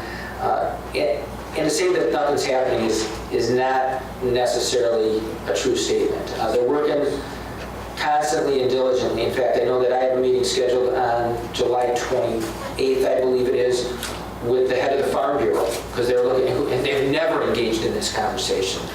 In Madison, with some of the other top legislators in the state to discuss where this is going to go and how we're going to address this issue, because there's been statements made by some of those groups that there is a common ground here, there is a need to move forward. So, it is being addressed. I guess my point, I try not to speak to the resolution, but it reiterates what we've done, and therefore it's not a problem. You want to call it piling on, it might be, but nonetheless, it'll go through the proper channels there, and they are working behind the scenes to get those things done. Supervisor Clendenning? Thank you. Just realize we're being proactive in this county. Look at Kewaunee County, it's already happened. Look at these different places that have bad water. So yes, this may be even another one of these feel-good resolutions, but at least we're doing something. That's it. We got to be proactive. The things that happen in counties that didn't address it. We keep scolding the town of Saratoga because you didn't have this. You didn't have this in your ordinance. We wouldn't have this problem with the capo. The heck we wouldn't. You know what I mean? Because rules can change down there in Madison. We're being proactive. Please understand that. We want to get it before it gets to Wood County. Thank you. Any other discussion on the resolution? Any other discussion on the resolution? All right, seeing none, please vote.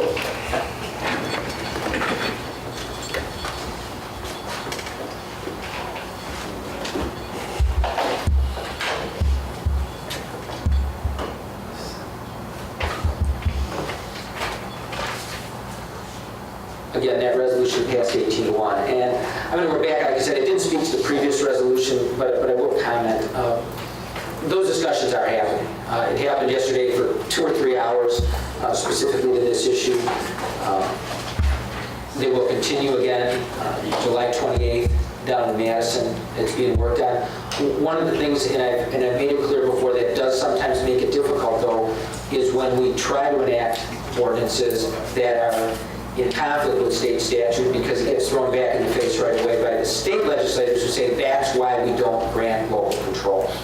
So there is a process. I guarantee we're working on a process. Bill has been appointed to that Resolutions and Law Committee. Hopefully he will be there for a year and be able to carry some of those thoughts forward. But I want to assure you that the channels of communication are open, and I try not to put up any obstacles in front of that. And one of those things that we can do is engage all of those parties in that conversation, and that be, the Protect Wood County group, the Farm Bureau, the DNR, and every other regulatory agency that might have input in this. Because at the end of the day, and as comment was made earlier by one of the supervisors, that slow is not always bad in crafting good legislation. You just eventually like to get something done. So I want to assure the people in the room that we are working in that direction. All right, we'll do the water ones. The McMillan Memorial Library Board of Trustees, 127, 128. That brings us to the end of the packet and to Jason. Can we have a small break before Jason? Yeah, while Jason's setting up, let's take a quick 5 minutes. And try to keep it to 5 minutes if we can.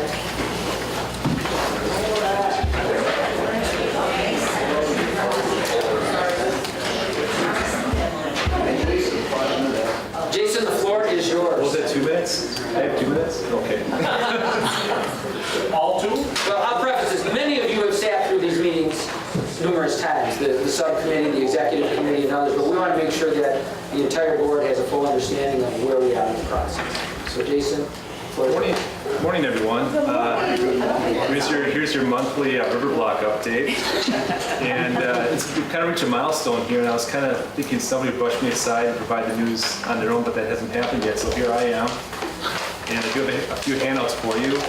The large handout that's hard to miss, that is, I'll admit, not very easy to follow, but that's the river block renovation budget as of today. There is also an additional sheet that goes along with that on 8.5 by 11 that you have there.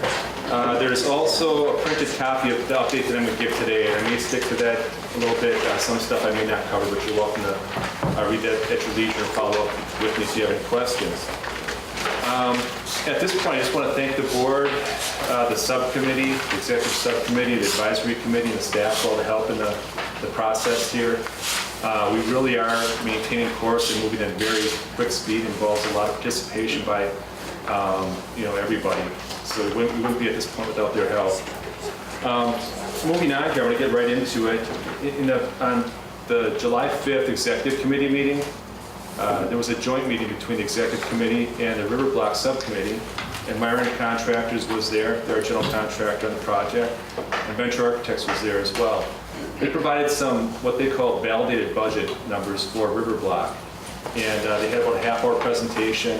That was really the first glimpse that we had those numbers, and that was really the first time I saw those numbers as well.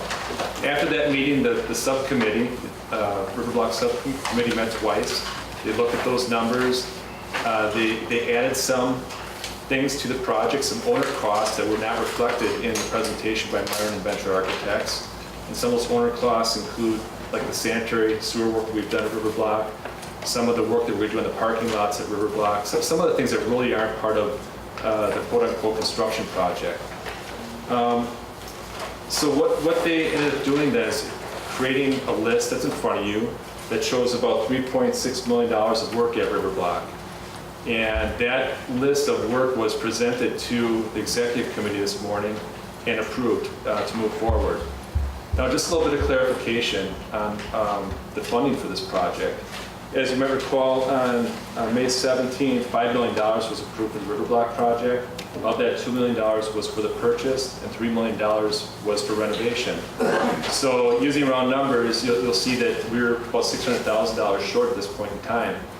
With that being said, the subcommittee is committed to reconvening again and looking at different funding options for this. One thing to keep in mind as well, that number of $3.6 billion could go up or it could go down depending on what we get back for bids. But at this point in time, the executive committee has endorsed moving forward with this scope of work, which means that we'll go to the architect and the mechanical engineers. They'll start their work, which will take about 2 months, and then we'll put the project out to bid. At that point in time, we'll get some ideas what the project is really going to cost, once we get the bids from the contractors back in. If we maintain course on the project, we're looking at about a 3-month construction time frame, which will put us in the building sometime end of December or early 2017. So that's kind of where things are at right now. Other activity that's taking place at River Block is we're looking at the power supply there. Right now we have power supplied by Consolidated Water Power Company, or PUPCO for short. And we don't really have any real concerns with them, or we're not trying to get away from them. We just want to know what we're paying for power with them and what our terms will be with them as far as the contract goes. It was kind of a reminder of the importance of reliable power a few weeks ago when the courthouse power went out. Keep in mind that River Block is not going to have a backup power supply like the courthouse does here. We're working the permitting process also. We're running fiber under the river. That's a process that we've been working on for a few months here without any real progress, but we hope to see some progress in the next few weeks here. We're doing some concrete work on the west side of the building, on the sidewalk area there that needs to be done, and that was approved by the executive committee a few months back. Chairman Plimmel is working with the Mayor Ruink, on acquiring additional parking for River Block. Right now, the focus is on transferring ownership of the annex building outside the window here, or the Elks parking lot adjacent to the Elks Lodge in Wisconsin Rapids. If that goes through, we would acquire 60 or so spots with that exchange. I already talked about the timeline, but again, we're looking at being in the building by end of December or January, and if we maintain course, that will happen. One thing too, a lot of what's happening at River Block kind of ties into the courthouse. You can't really talk about one without the other. Most of you have seen what's happened at the courthouse in the past few weeks. 113, 114 has now become Conference Room 114, which has gotten a lot of use and a positive review. The clerk's office is also under construction right now. They're moving into the auditorium, and they should be looking at about September move-in if at all possible.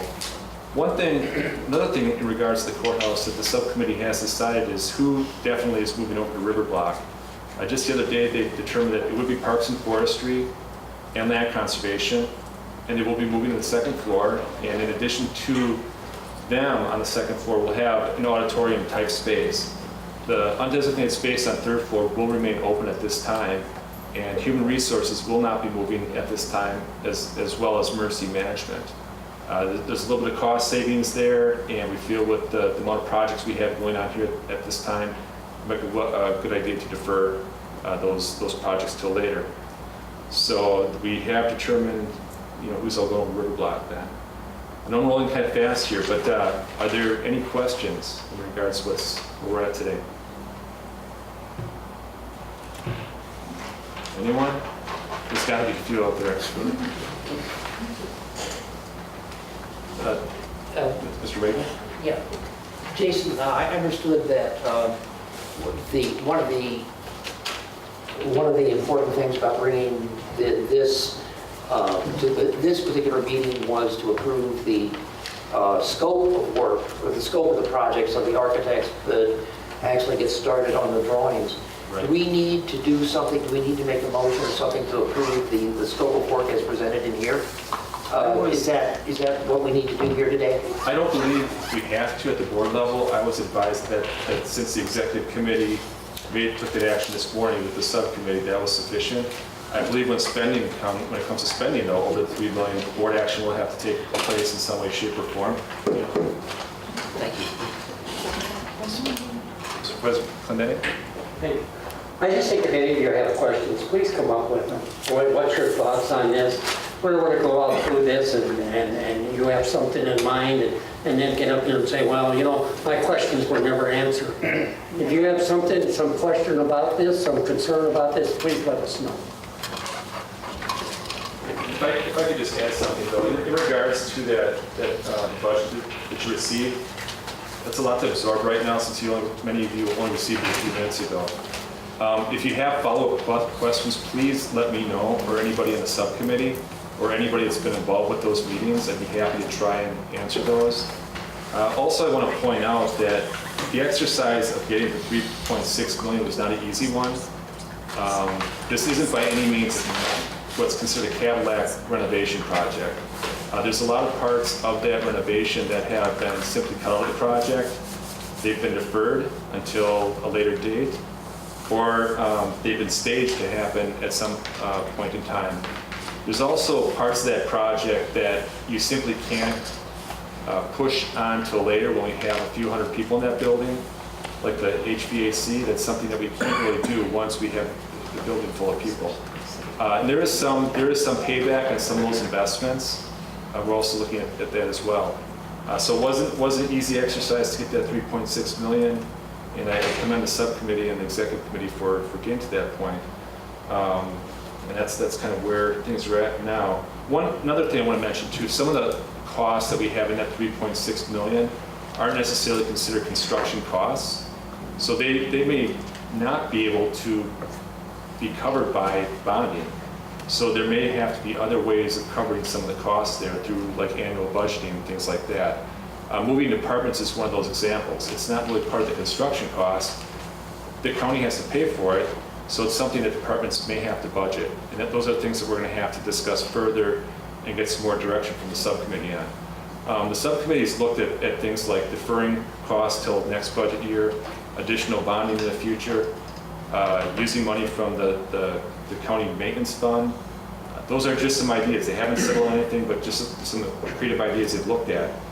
I'd recommend if the board has any ideas on how to make this work, please share those ideas with that committee and attend those meetings and be part of that discussion.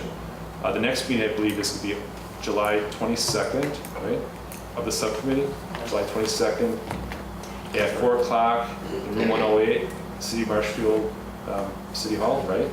Is that correct? 26. 26? 26, Tuesday the 26th. Tuesday the 26th. Tuesday the 26th, Marshfield City Hall, room 108 At 4 o'clock. at 4 o'clock. So, and I don't believe we have any conference lines set up at this point, but we might be able to set that up. Mr. Hamilton? Thank you, sir. Two things. One on the white noise system for $100,000. Yes. It says refer to, this is represented in number 14. Where's number 14? I see ones and twos. Yeah, it's represented elsewhere in the chart here. I don't have the numbers on the side of this particular print-off. What was decided, though, is to defer the cost of white noise at this time and implement in the future on an as-need basis. We understand there's technology out there that can be installed on a per office basis rather than doing a full floor at one time. The round number of $100,000 was assuming white noise pretty much in most of the building. So this, I guess, is an example of one of the parts of the project that we're deferring on an as-need basis. Yeah, but white noise, but you mean echoing when you're in a room? Well, the purpose of the white noise would be to protect privacy and confidentiality. Oh, like in the... Code of silence. Okay. Yeah. Okay. A lot of the construction of these exterior offices at River Block is the walls don't have very good insulation. It's a movable wall system, and a lot of noise travels through the floor registers as well as through the ceiling. So we do have concern about that, but we're going to address that in case-by-case need in the future. And then one right below that, replace fire alarm system with new maintainable voice style system. You're going to defer that, but then up on top you got electrical, telecom, lighting, fire alarm work associated. Okay. And it's $500,000. What's the fire alarm work if you're not doing it? I don't know, and that's something I'll provide look for more clarification on. I can answer that, Brett. We were told that the architect and the construction manager went through and found the existing fire system to be operational, functional, and adequate. I believe those are the three words they used. So at this point, we don't have to replace it. Mr. Clinton, was that a fair statement? No, you have that on, I think it's in our minutes. Okay. All right, and then the last thing, and I lost it, so I don't like reading standing up. $10,000 for updating fans with pneumatics. $25,000. Do not need as we saw direct digital control. This is probably one that Ruben, our maintenance director, would probably answer better. Sorry, Ruben, for those times.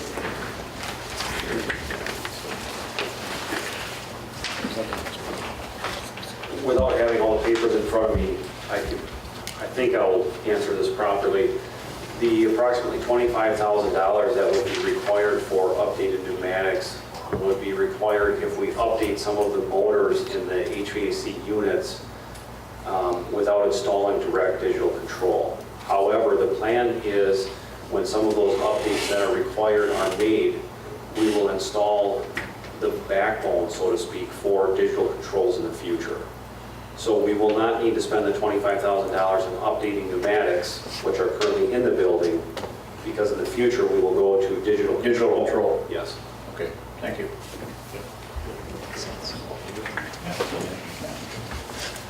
Question, Holly? Well, I just maybe just need a little clarification here. What authority does this full board really have other than voting on any money matters? I think probably now it sounds like these subcommittees and that are making decisions, and they're probably, obviously the committees probably know a lot more than most of us would, but you've already made decisions as to who's going to move over there, at least some of them. Is there going to be any discussion? I doubt it there is, because it sounds like a decision has already been made, but my bottom question is, what authority really will this board have in the long run?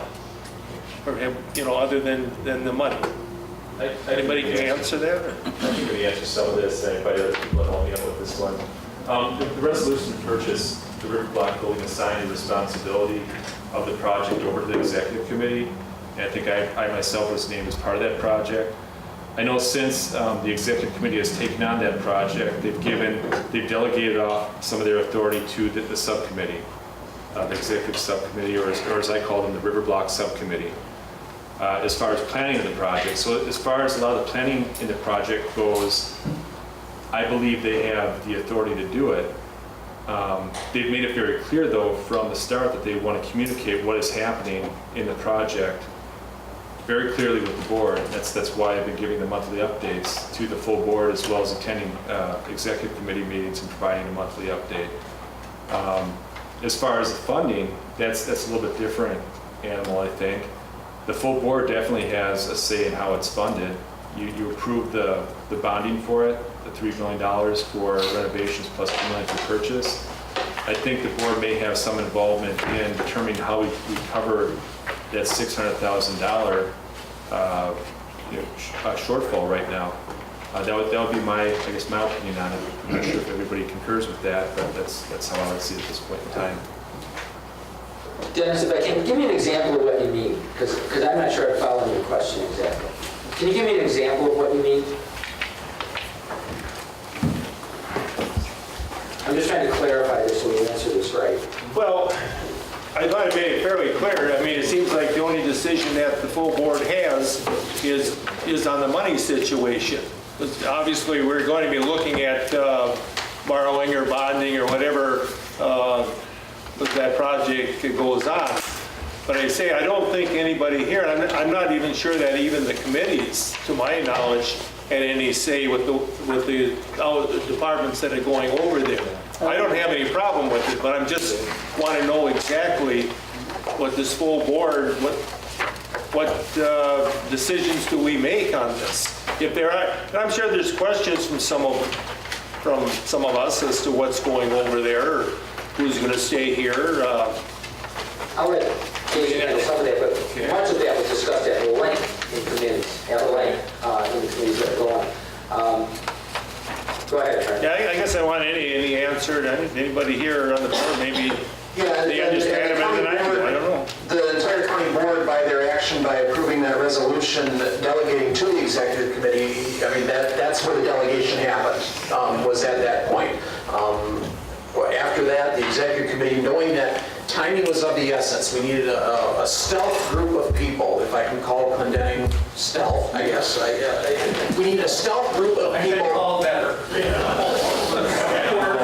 And worse.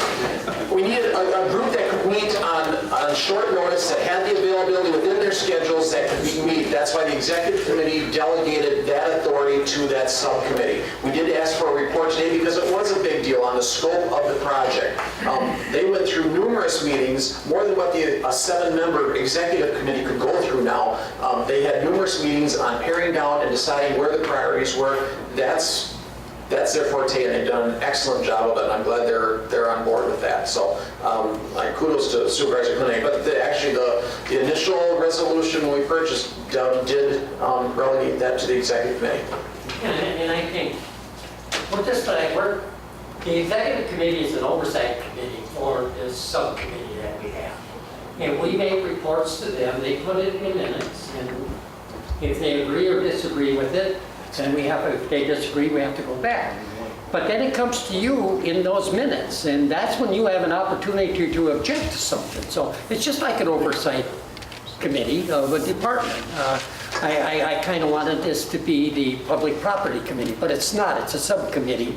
And that's why Ruben is the guy that signs everything, so you can blame him.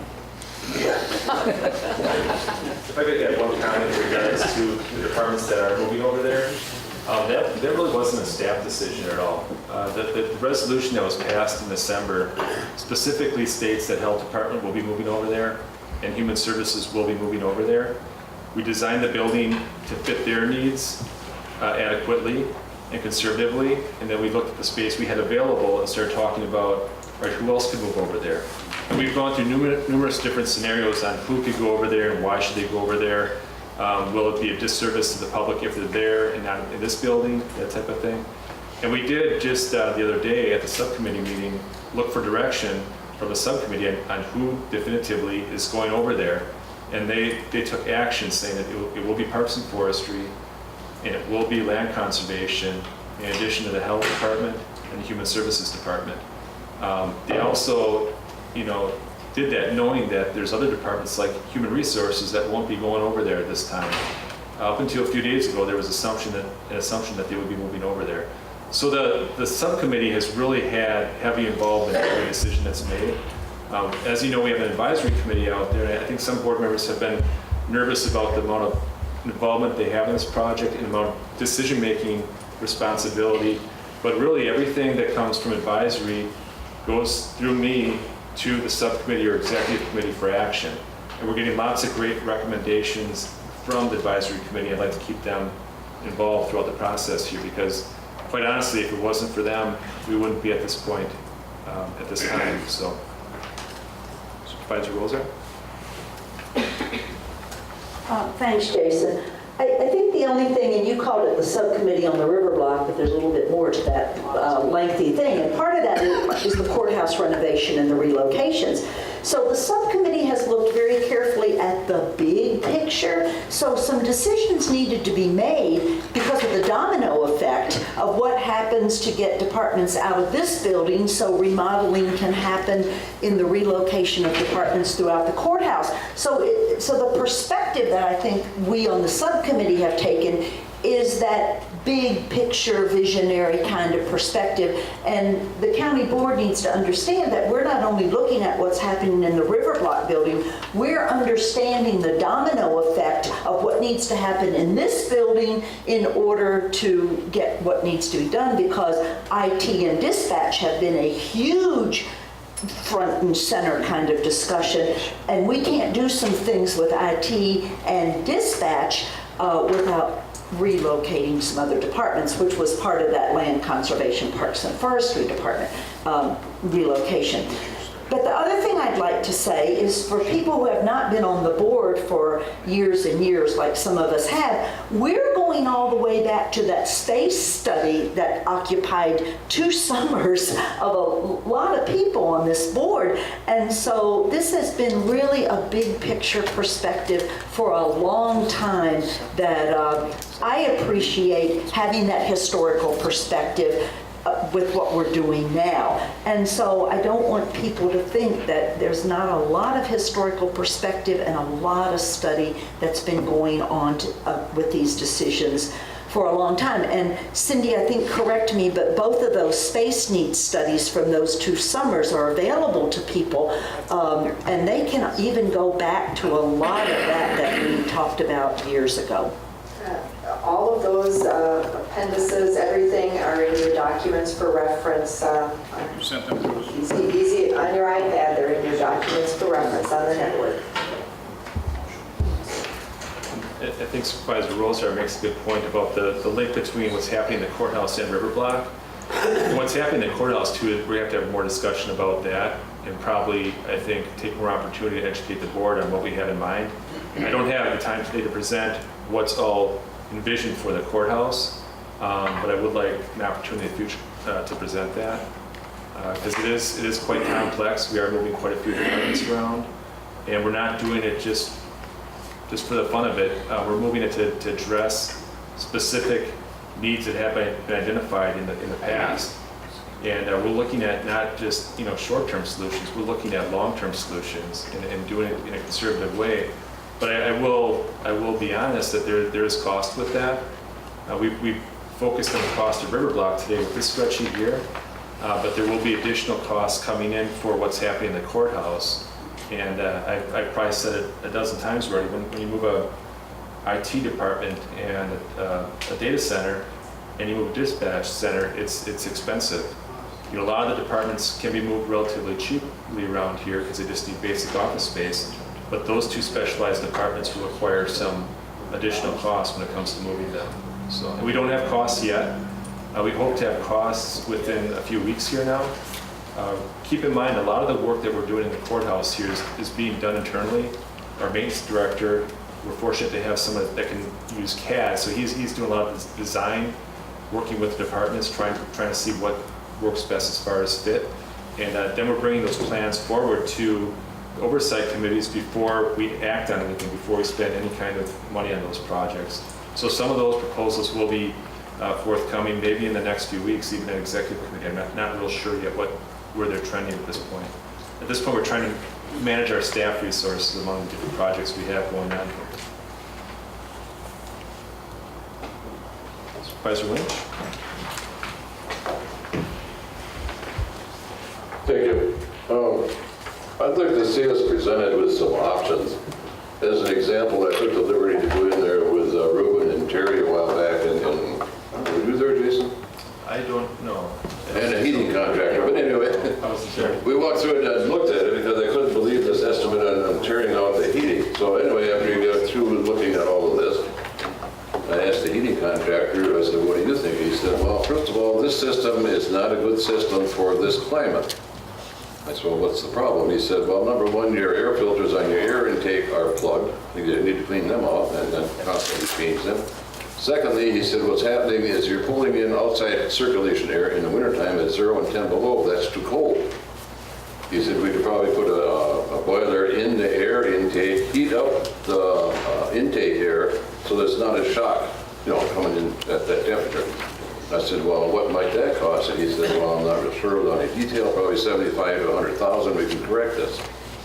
And that's what I'm referring to as an example as to what we can and can't do possibly. I'd like to see us presented with some of those options, and I'm still trying to recover from sticker shock from seeing this morning. I'm glad you're sitting down and pass these out. Well, you and I have been through some of this, but anyway, it's hard for me to believe that we bought a building that was built for 400 offices, operated as such, and now we got to come along and spend $3.5 million. I'm having a tough time getting through that. Thank you. If I could respond to the heating and cooling, no disrespect to the contractor you brought in there, but we've had two different mechanical engineers look at that building and make recommendations. One is Harwood Engineers, it's associated with Venture Architects or Architect, and the other one is North American Mechanical something, and they're associated with Myron Contractors. And they both came in pretty close on what their recommendations were. I was hoping for a cheap fix myself. I mean, I'd prefer if we could only spend $75,000 and have it fixed, but I haven't seen any indication that that's a possibility at this point in time. And we specifically did select Myron Contractors as construction manager because they were one construction management company that came in and they were going to basically look at what Venture Architects presented in Else Construction as far as recommendations and challenge those a little bit, get a second opinion. And in most cases, they were pretty much on the mark. So, but we have, I think, looked at the heating, ventilation, cooling there adequately to move forward with the recommendation at this time.